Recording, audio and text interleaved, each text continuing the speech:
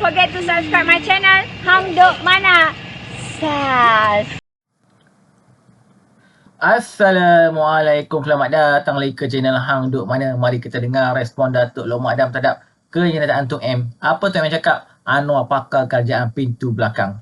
Saya baca sikit. Bekas Perdana Menteri Dr. Mahathir menafikan dia terlibat dengan langkah Dubai. Mahathir turut menyerang Perdana Menteri Anwar Ibrahim dengan mendakwa Anwar adalah pakar dalam gerakan kerajaan pintu belakang. Okey tuan, mari kita dengar respon detail daripada Datuk Long Mak Dam. Dia akan kita komen macam biasa. Tuan-tuan, Tun Dr. Mahathir, Tun Dr. Mahathir mengeluarkan satu kenyataan yang amat melucukan. Beliau mengatakan bahawa Datuk Seri Anwar ialah pakar tebuk atap. Betul? Kan? Dia kata Datuk Seri Anwar pula yang pakar tebuk atap. Padahal tuan-tuan,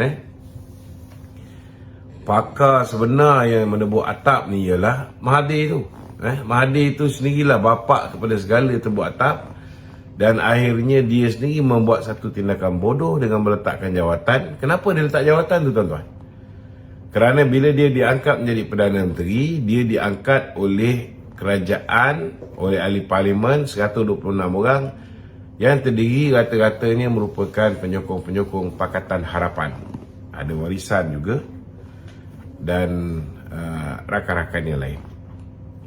Tetapi beliau mengatakan bahawa Anwar lah pakar tebuk atap kerana peristiwa 16 September. Ni saya nak kena beritahu tuan-tuan. Hari di mana Tun Dr. Mahathir melancarkan usaha untuk tidak menyerahkan kerusi Perdana Menteri kepada Anwar, beliau telah menggerakkan Hamzah Zainuddin, beliau telah menggerakkan Azmin Ali untuk mengadakan perbincangan perundingan dengan pihak daripada PAS dan juga pihak daripada UMNO. Memang ini berlaku tuan-tuan. Cuma ketika kawan-kawan MP PAS dan juga UMNO sampai di Istana Negara, mereka baru tahu bahawa Mahathir menipu mereka. Sebelum tu Mahathir mengatakan nak mengadakan ataupun mewujudkan sebuah kerajaan Bumi Putra. Tetapi bila mereka sampai di Istana Negara, pegawai istana memberitahu bahawa Mahathir nak mewujudkan apa yang dipanggil sebagai Unity Government. Dan dalam tu ada DAP pada ketika itu. Dan pada ketika itu UMNO dan PAS mengambil keputusan untuk tidak menyokong Tun Dr. Mahathir untuk diangkat menjadi Perdana Menteri. Dan mereka melalui Anwar Musa ketika itu, saya masih ingat lagi, mengeluarkan kenyataan bersama dengan Taqiyuddin mengatakan bahawa mereka tarik handbrake, tidak mahu bekerjasama dengan Tun Dr. Mahathir. Lepas itulah tuan-tuan baru berlakunya apa yang dipanggil sebagai kerajaan langkah Sheraton, yang telah mengangkat Muhyiddin Yassin pula sebagai Perdana Menteri. Kerana bila baginda tuanku Sultan Abdullah yang di-Pertuan Agong memanggil 222 orang ahli parlimen ini, tidak ada satu orang pun yang mendapat lebih daripada 112 kursi untuk diangkat menjadi Perdana Menteri. Tidak ada orang yang dapat simple majority. Itu sebenarnya apa yang berlaku. Berbalik pada Datuk Seri Anwar Ibrahim, memang betul Datuk Seri Anwar pernah berusaha untuk membentuk kerajaan melalui apa yang dipanggil sebagai peristiwa 16 September. Peristiwa 16 September. Jadi sebenarnya sebelum Mahathir katakan kat orang lain tebuk atap, sebenarnya dialah bapa tebuk atap tuan-tuan. Tapi kita tak boleh nafikan bahawa pada ketika itu memang dibolehkan. Maknanya apa langkah yang cuba dibuat oleh Tun Dr. Mahathir memang dari segi undang-undang boleh. Langkah yang berlaku untuk mendapatkan SD baik oleh pemimpin-pemimpin yang bersekutu dengan Mahathir, baik oleh Datuk Seri Anwar Ibrahim pada 16 September, memang dibolehkan pada ketika itu, kerana kita belum ada apa yang dipanggil sebagai Akta Anti Lompat Parti. Selepas wujudnya Akta Anti Lompat Parti, tuan-tuan, seseorang ahli parlimen tidak boleh meninggalkan parti dia. Tidak boleh meninggalkan parti dia dan menyertai parti lain. Ini yang Tun Dr. Mahathir kena faham. Okey. Bila dah ada Akta Anti Lompat Parti, dah tak boleh. Kalau boleh, seseorang itu memberikan sokongan kepada orang lain untuk menjadi Perdana Menteri bertentangan dengan keputusan yang diambil oleh parti dia, maka sudah pastilah hari ini Tan Sri Muhyiddin Yassin sudah diangkat menjadi Perdana Menteri. Sebab sebaik saja selesai pilihan raya umum yang ke-15, Tan Sri Muhyiddin berjaya menggunakan Hishamuddin Tun Hussein untuk memperdaya lebih kurang 9 orang lagi, campur diri dia 10 orang, untuk memberikan SD kepada Tan Sri Muhyiddin Yassin. Cuma kena tahu bahawa pada ketika itu setiap ahli parlimen daripada Barisan Nasional sudah menandatangani 3 aku janji yang memberikan kuasa kepada ketua parti untuk berunding dan membuat keputusan dengan siapa kita nak bentuk kerajaan, parti mana kita nak bentuk kerajaan, memberikan kuasa dan untuk berunding dan membuat keputusan siapa yang nak kita angkat sebagai Perdana Menteri. Dan tuan-tuan, ada satu lagi, memberikan kuasa sesedara kepada ketua parti, memberikan kuasa,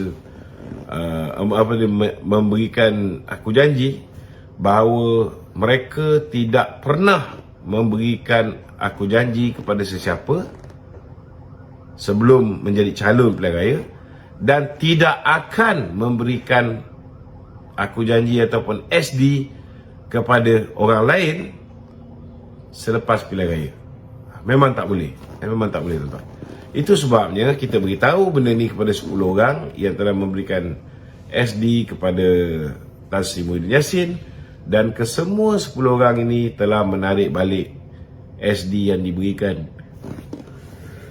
kepada Tan Sri Muhyiddin Yassin. Itu sebabnya, tuan-tuan, hari ini saya nak beritahu segala usaha tebuk atap yang cuba dilakukan oleh Perikatan Nasional dan rakan-rakan yang sewaktu dengannya tidak akan membuahkan kejayaan, kerana tidak ada lagi orang boleh bagi SD secara individu seperti mana sebelum ni, seperti mana peristiwa 16 September, seperti mana peristiwa Langkah Sheraton.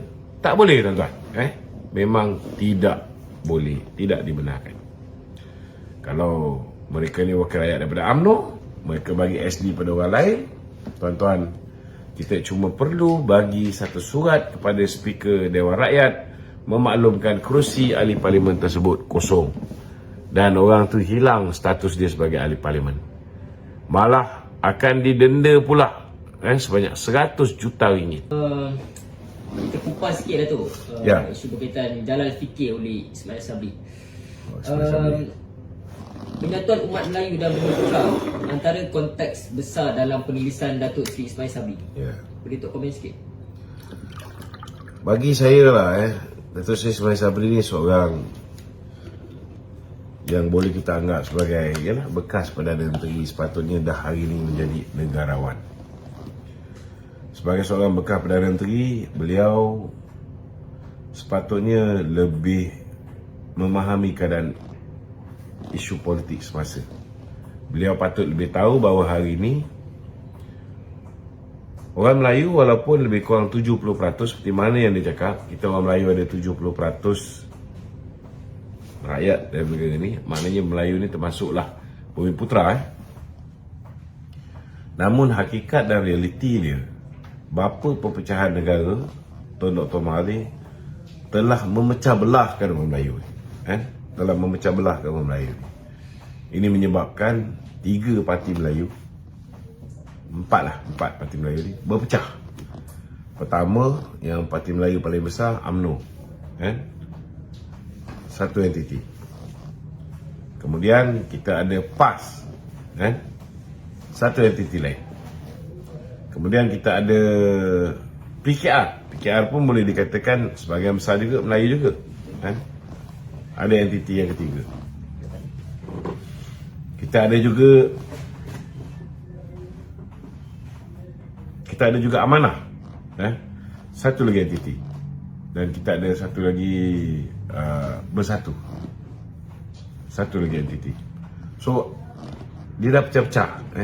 Ini belum lagi Ibrahim Ali Perkasa, geng Mahathir, belum lagi Mahathir punya Parti Pejuang yang dah hilang daripada radar. Belum lagi seorang lagi geng Mahathir, Parti Berjasa, kan?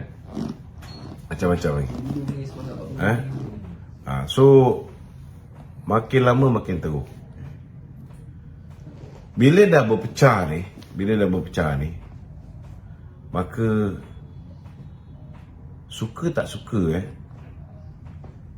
Parti Melayu ni dia tak boleh wujudkan sebuah kerajaan secara bersendirian di kalangan orang Melayu saja.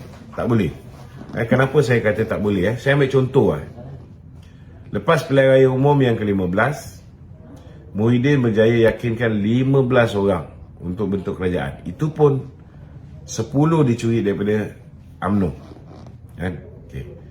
Maknanya kalau orang Melayu ni bersatu sekalipun, seperti mana yang dikendaki oleh Datuk Seri Ismail Sabri, saya pun tak faham kadang-kadang Datuk Seri Ismail Sabri ni. Dia cuba nak beri gambaran dia tidak terlibat dengan langkah Dubai, kan? Dia pergi berjumpa dengan Datuk Seri Ahmad Zahid di Madinah, tapi last sekali, walaupun pelbagai usaha dia nyatakan dia tak terlibat dengan langkah Dubai ni, tetapi dia keluar pula kenyataan mengatakan bahawa kena wujud kerajaan Melayu balik. Orang Melayu kena bersatu padu. Dalam arti kata lain, kalau orang Melayu kena bersatu padu ni, dia ni merujuk kepada mewujudkan kerajaan bersama dengan bersatu dengan PAS sama. Betul tak? Maknanya tak clean lah di situ. Dia cuba beri gambaran dia tak terlibat dengan langkah Dubai, tapi dia memberi gambaran yang lain melalui penulisan dia bahawa dia nak melihat PAS dengan UMNO ni, PAS dengan bersatu ni kembali bersatu. Sedangkan dia lebih tahu bagaimana kita ni dibuli, diseksa, ditikam belakang oleh kawan-kawan daripada PAS dan juga bersatu, kan? Mungkin dia tak terasa sangat kerana dia antara orang yang sebahagian daripada kerajaan yang membentuk kerajaan bersama Muhyiddin dan PAS. So mungkin dia tak terasa. Tetapi kita orang ahli UMNO yang lain, terutamanya selepas bosku dipenjarakan, kita cukup terasa. Kita cukup faham siapa itu kawan, siapa itu lawan. Kita cukup faham yang mana manusia yang bertopengkan Islam, bertopengkan Melayu yang kita boleh buat kawan, kan? Yang mana yang kita tak boleh buat kawan. Kita lebih faham, kan?